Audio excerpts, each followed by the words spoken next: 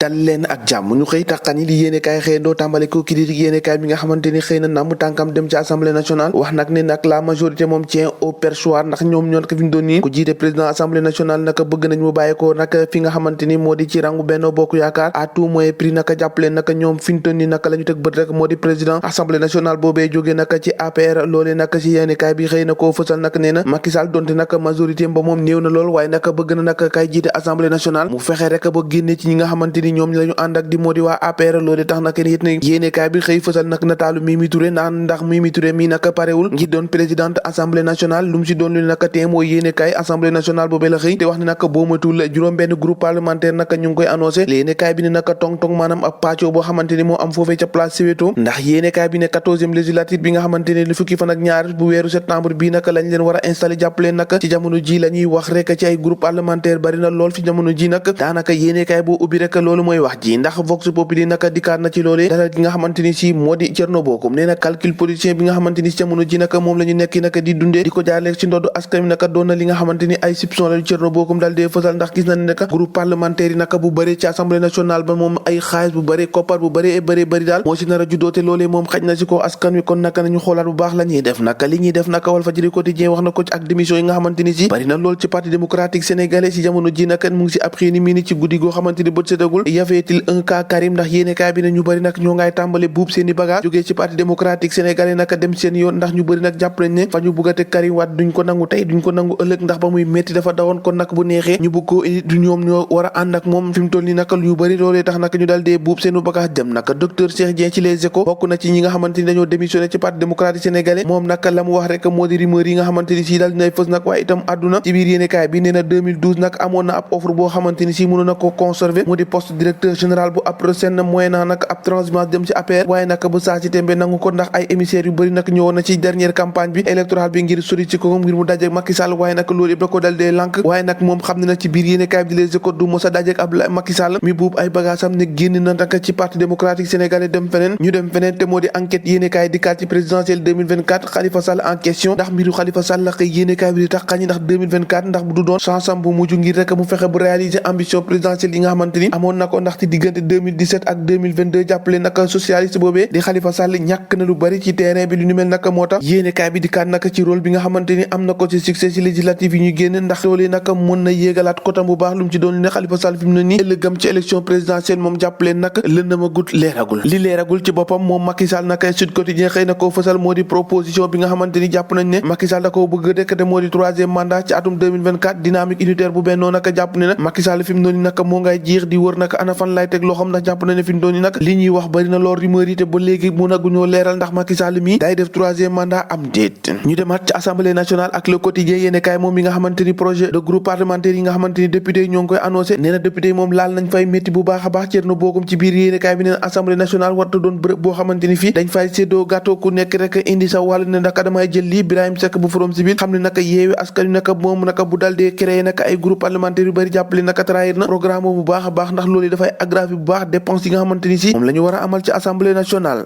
góor ci wax ja l'observateur ne naka présidence assemblée nationale yeewi wàllu naka boo moytul naka si jamono ji place dina am de ndax ku nekk yaa ngi fëgg sa dënn ne bëgg naa doon président Ahmed Aïdara Mamadou Lamine Thiam ak Barthélémy Dias loolu tax naka yéenekaay yi am seen xiini mini ndax naka du am ab clash boo xamante ni si dina xeeñ seenu diggante de ñu bàyyi politique bi ci wax ci leneen ak lii quotidien mi nga xamante ni si xëy na dalal Aminata Assome Diatta moom mooy jawriñ bi yore lépp lu jëm ci njëg ak njaay ci réewum Sénégal waaye itam mu ngay àddu naka ci wàllum régulation jëm ci njëg yi da nga xam ne dafa seer la mu xam le rek moom soxna si nee na tànk nag approvisionnement bi naka dal diñ koy régler jàppaleen naka contrôle moom munta am gani ma lan ak dund bi fi mu toll nii ñu wax ci leneen te moo di libération yéene kaay naka dal de xëy fësalaat leneen loo xamante ni si dafa horrible lool lu doy waar lu kéemtaan loo xamante ni amaan na ci réewum Sénégal gannaaw astu soxna mi ñàkkoon bakkanam ci Louga jàppaleen naka keneen koo xamante ni anam bu gën a métti ñàkkaawte na bakkan moo di Mami Ndoura Diallo rek moom ak doomam boo xamante ni si dañoo ñàkk seenu bakkan ci hôpital ba ci anam yoo xamante ni si kenn mu ne su ko wax foofee ca Kédougou niki talaata ji ci ngoon yéenekaay bi libération naka génnee na ci ay mbóot ak i loxoot yoo xamante ni ku ko dégg rek loxo dal gémmiñ ay Sénégal fu ñu dem ak suñu hôpital yi ñoo ngi bëgg a jeexal suñu soxna yi ñoo ko déggandoo jaa ngeen jëf bu ëllëg